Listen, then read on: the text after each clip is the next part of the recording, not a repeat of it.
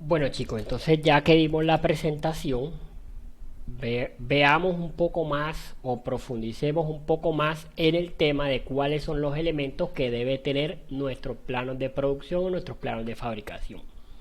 Ya yo tengo este elemento o este mecanismo, una biela manivela previamente modelado para mostrarles cómo se debe hacer o cuáles son los pasos que debemos seguir para elaborar esos planos. Lo primero que debemos hacer, les aclaro, esto no es un tutorial de SolidWorks, sino simplemente es una herramienta de las muchas que existen para elaborar planos. Entonces lo que vamos a mostrar aquí es no cómo se usa el programa, sino cuáles son los elementos que deben tener nuestros planos de producción. Lo primero que debemos crear, obviamente, empezar a crear nuestro plano. Para eso, lo primero que debemos hacer es seleccionar un tamaño o un formato de hoja y una marquilla. La marquilla es el cuadrito este que estamos viendo en esta parte de aquí, que es donde va la identificación del plano. Para este ejercicio vamos a hacer una hoja completamente en blanco, tamaño A4. Sin embargo, yo les dejo un documento donde pueden revisar y verán indicaciones más profundas de cómo hacer la marquilla de los planos de producción. Entonces, ya teniendo nuestra hoja de trabajo, en este caso una hoja de trabajo en blanco, lo primero que debemos hacer es insertar las tres vistas o crear las tres vistas estándar de nuestro elemento. Estas vistas son una vista lateral, una vista superior y una vista frontal. Esas son las principales vistas que debe tener o las vistas estándar que debe tener un plano de producción. Podemos obviamente insertar vistas auxiliares, como por ejemplo una vista inferior o una vista posterior. Esas serían vistas auxiliares de nuestro elemento. Nuestro elemento siempre debe tener una vista perspectiva. Una vista perspectiva que nos permita visualizar de mejor manera, visualizar en 3D nuestro elemento. Esa es una vista perspectiva, y para tener en cuenta, digamos, los software de diseño tienen estas opciones que nos permiten ver el elemento sólido sin aristas, ver el elemento sólido con aristas, ver elemento, digamos, no sólido con las aristas visibles, y tiene estas opciones de acá muy importantes que son ver el elemento, vamos a acercarlo un poco más, con las aristas ocultas. Las aristas ocultas son las que no se ven en la vista, entonces las puntean o las podemos ver de manera sólida. Si necesitamos mostrar esas aristas ocultas, lo mejor es mostrarlo de esta manera punteada para que se entienda un poco más el elemento. Teniendo nuestras vistas, obviamente muy importante insertar las medidas. Debemos tener todas las medidas posibles o las medidas mínimas necesarias para que el fabricante pueda realizar el elemento. Si lo vamos igual a fabricar nosotros mismos, necesitamos las medidas para que funcionen como guía. Al momento de hacer esas medidas, evitemos, por ejemplo, estos detalles. Si yo tengo esta medida de aquí a aquí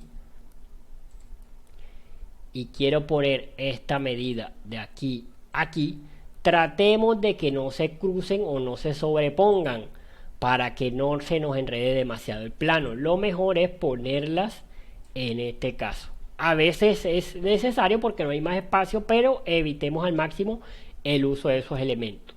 Debemos tener todas las medidas necesarias, incluyendo por ejemplo redondeos o chaflanes y ángulos. Aquí todos los ángulos, digamos, todos los ángulos en este caso, bueno, aquí tenemos un ángulo. Vamos a tratar de ponerlo con este de acá. Ahí nos muestra el valor de ese ángulo, 51.6 grados. Entonces la idea es poner el mínimo nivel de detalle para que el plano sea fácilmente entendible por el constructor o por nosotros mismos. Importante, aquí estamos viendo unas medidas, no sabemos a qué medida se refiere, porque eso en la marquilla, el cuadrito de identificación del plano, debe decir, por ejemplo, el número de planos, la escala y la unidad de medida en la que están, centímetros, milímetros, millas, pulgadas, etcétera. Hablando de la escala, es importante, vamos a ocultar ya estas, a ponerlo de esta manera. Hablando de las escalas, es importante definir el tema de las escalas.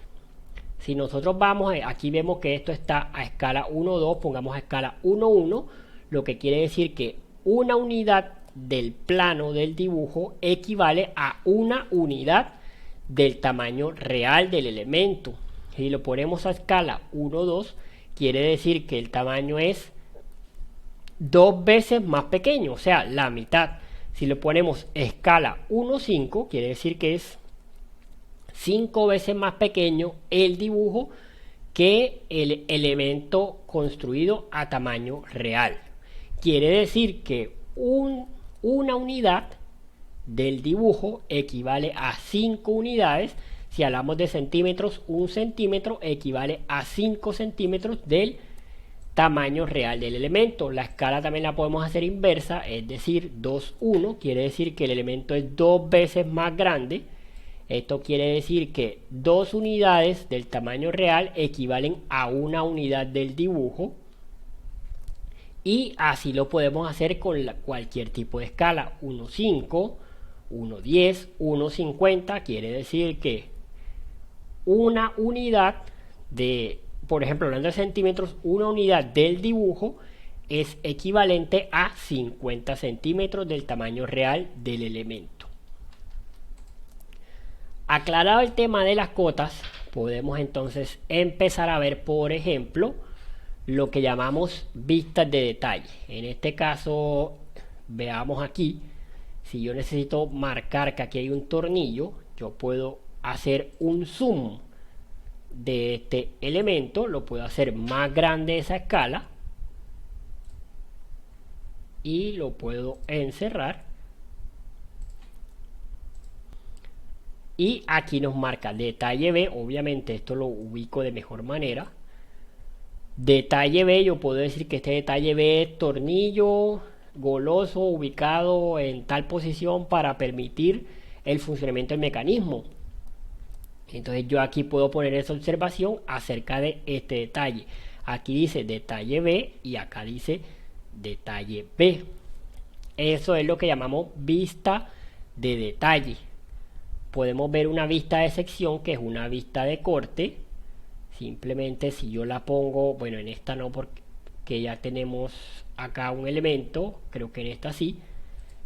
Yo la hago y él simplemente me va a mostrar un corte, o me va a mostrar, imagínense que yo estoy viendo el elemento de aquí hacia acá, y eso me sirve para ver, por ejemplo, el interior del elemento. Aquí donde estamos viendo que está cortada o que está rayada, eso es que por ahí se corta. Y aquí están las guías de cómo se muestran o cómo se referencian eso dentro de los elementos.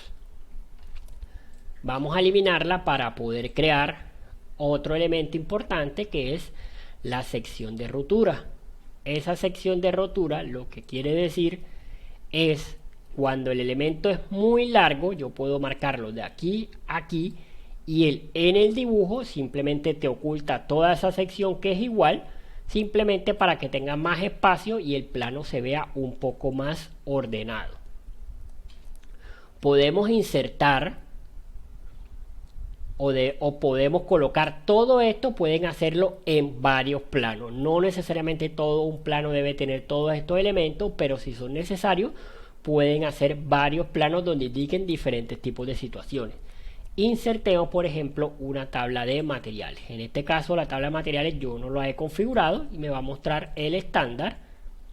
Simplemente dice el número de elementos, cómo se llama el elemento, eso simplemente es el nombre del archivo, pero ustedes pueden poner el nombre que ustedes deseen. En la descripción podemos poner que el elemento funciona para tal o tiene tal funcionalidad dentro del mecanismo y está fabricado en acero inoxidable o está fabricado en lámina galvanizada o tubo de aluminio, ya ustedes verán necesario, y aquí nos muestra la cantidad de elementos de ese mismo.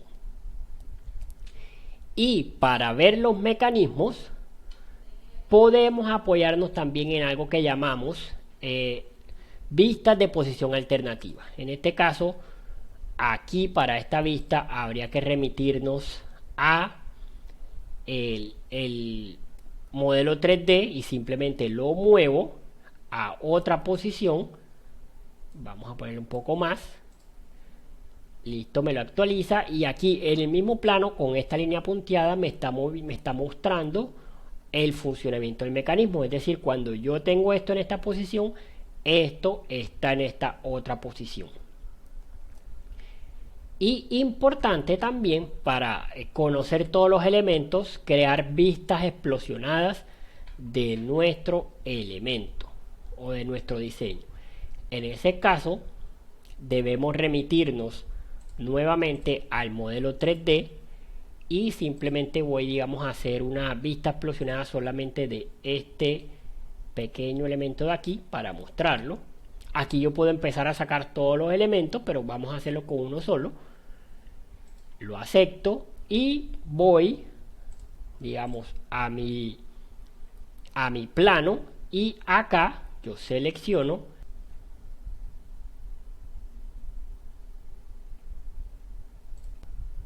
Bueno, como se pudieron dar cuenta, tuve problemas con el software. Igual ya para lo que nos falta era solamente mostrar. Vamos nuevamente a crear el dibujo. Y vamos a insertar, en este caso, una vista isométrica para mostrar el elemento del que estábamos hablando, que era la vista explosionada. En este caso, nuevamente al modelo 3D, hacemos una vista explosionada, como les dije, solamente de este elemento para que se entienda. Y ahora sí regreso al dibujo y una vez selecciono el dibujo, simplemente le puedo dar mostrar vista explosionada. Si yo saco cada uno de estos elementos, nos permite entender cómo se ensamblan todos los sistemas del mecanismo. Es decir, yo puedo mostrar cuáles son todos los componentes de ese mecanismo, de ese diseño, de ese ensamble, etc. Entonces vuelvo y les repito, esto simplemente era una guía de los principales elementos que debe tener nuestros planos de producción, nuestros planos de fabricación, y que esto no era un tutorial de SolidWorks, es decir, no íbamos a aprender a hacer los planos de SolidWorks, sino a mostrar cuáles son las principales características que deben tener los planos.